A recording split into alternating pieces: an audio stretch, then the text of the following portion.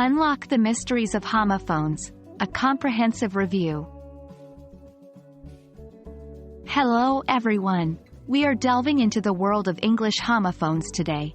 Homophones are words that sound the same but have different meanings and often different spellings.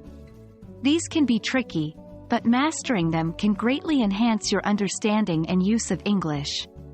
Let's get started on our review of common homophone pairs.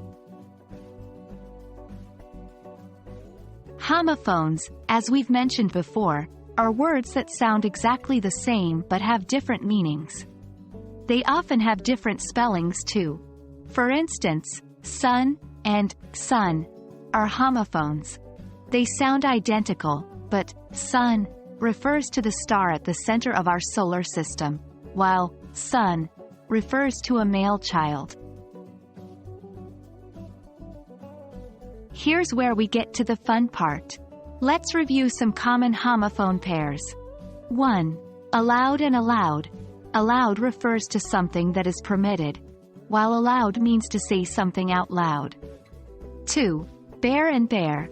Bare means to uncover or expose, whereas bare can either refer to the animal or the act of carrying or supporting. 3. Site and site. Site means to refer to a source, whereas site refers to a location or place. 4.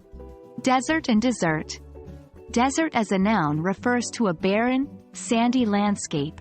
As a verb it means to abandon. Dessert, on the other hand, is the course that typically concludes a meal. 5. Flour and flower. Flour is a powder used in baking, whereas a flower is a plant's blossom.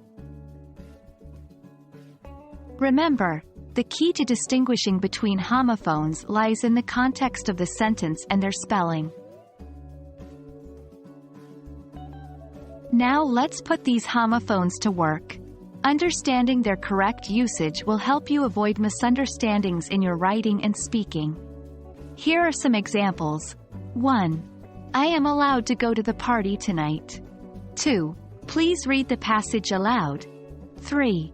The trees are bare in the winter. 4. Can you bear the weight of this box? 5. Please cite your sources in the essay. 6. The construction site is dangerous. 7. Camels are built for life in the desert. 8. I'd like some ice cream for dessert. 9. Use 2 cups of flour for the cake. 10. The flower bloomed beautifully. And that's our comprehensive review of homophones. I hope you found it helpful. Remember, practice makes perfect. So try using these words in your everyday conversations and writing. Understanding and using homophones correctly can greatly enhance your English language skills. Happy learning, and see you in the next video.